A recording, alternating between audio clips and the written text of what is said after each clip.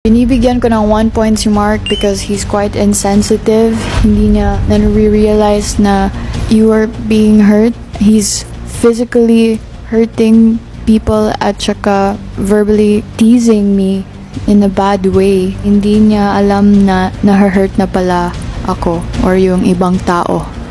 Binibigyan ko po ng 2 points si Kuya Dylan because there are times where he doesn't know if a person is feeling uncomfortable or bothered po kuya, such as during that time when he was shipping me and Mark. Even if he knew that Mark had a jowa already, he still was pushing it and making jokes about it.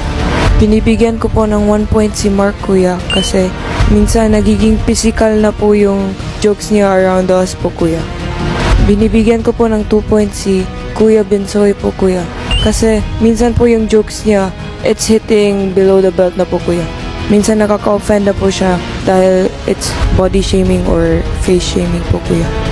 Binibigyan ko naman po ng 1 point si Kuya Bensoy dahil po lately napapansin ko at lagi ko po siya nakikitang malungkot at sa tuwing nakikita ko po siyang malungkot parang negative po yung apekto nun sa akin. Mas naiisip ko rin yung family ko sa labas. Binibigyan ko po ng 2 points si Ate Colette dahil po sa na-observe ko may anger issue po siya. Sa tingin ko po ay hindi niya kayang i-hold yung emotion niya.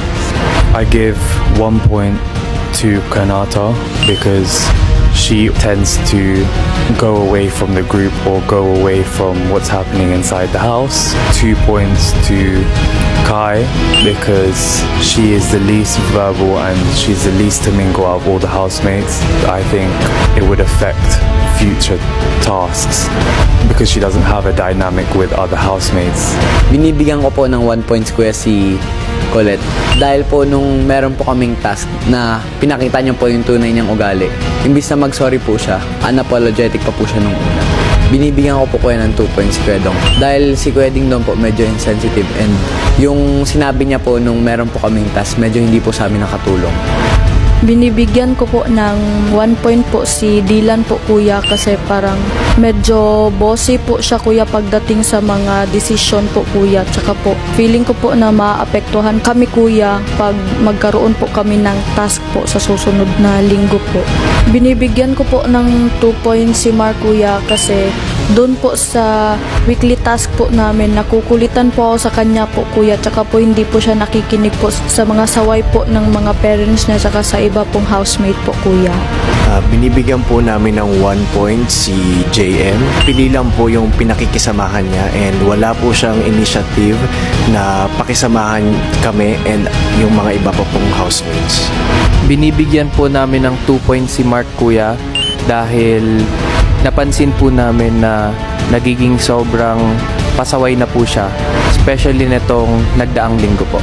Binibigyan ko po ng 1 point kuya si Colette dahil po nung nakaraang weekly task bigla na lang po siyang sumabog and hindi niya po na-control yung temper niya and nasigawan niya po kami mga boys po. Binibigyan ko po ng 2 points kuya si Mark dahil minsan po masyado na po siyang makulit and hindi niya po napapansin na yung mga biro niya overboard na sa aming mga nakakatanda sa kanya. Binibigyan ko po ng 1 point si Dylan kuya kasi di din po ako makasuggest ng mga ideas ko. Gusto niya po yung idea niya po yung masunod kuya.